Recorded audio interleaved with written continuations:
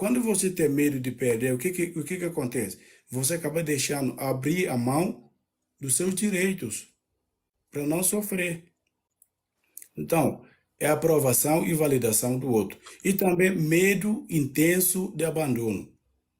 Uma pessoa que está na dependência emocional sempre tem medo de ser abandonado.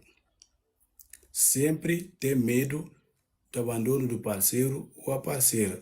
Mesmo no relacionamento amoroso, tanto da amizade que for, sempre uma pessoa que está na dependência emocional tem medo de abandono. E outra coisa característica, baixa autoestima. Por quê? Quando é que existe baixa autoestima, por exemplo? Se você depender do outro para ser feliz. Quando é que você vai ter, por exemplo, ser feliz sozinho? Porque você depende do outro, mas só que essa pessoa que você está se dependendo não está fazendo você feliz.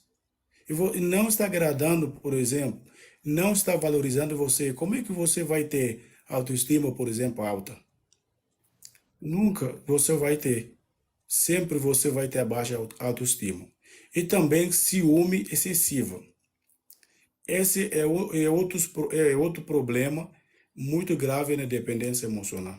O que que acontece? Quando você depende do seu parceiro para fazer tudo, você acha que você vai perder o seu parceiro ou a sua parceira, o que que acontece? Você acaba criando sempre ciúmes. E esse ciúme acontece como? Talvez você já ouviu assim uma pessoa falando, olha, eu vou mandar minha amiga para espiar, né, Uhum. para saber do meu esposo. Sim. Isso começa a acontecer. Por exemplo, se você tem uma amiga e você vai falar, olha, eu quero que você vigie o meu parceiro. Vai lá ver o que está acontecendo lá em casa. Uhum. Ciúme, porque ela tem medo de acontecer alguma coisa. Tanto na rede social, e vai lá na rede social para ver os amigos do parceiro, para saber quantos amigos tem, com quem está conversando, quem está enviando, por exemplo, pedido de amizade. Então fica o tempo todo com ciúme. Então esse ciúme acaba trazendo sofrimento psicológico para a pessoa. E outra coisa, comportamentos controladores. Controladores, por exemplo, uma pessoa que tem comportamento de tentar controlar o outro.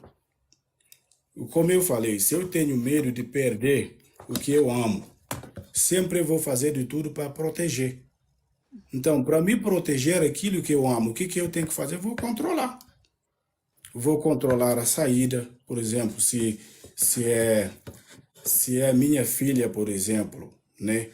E vou controlar na hora que vai dormir, vou controlar na hora que vai sair, na hora que vai para a escola, porque eu tenho medo de alguma coisa acontecer com ela. E outra coisa, submissão ao outro. Você tinha perguntado, mesmo sendo uma coisa errada, e a pessoa não vai se posicionar.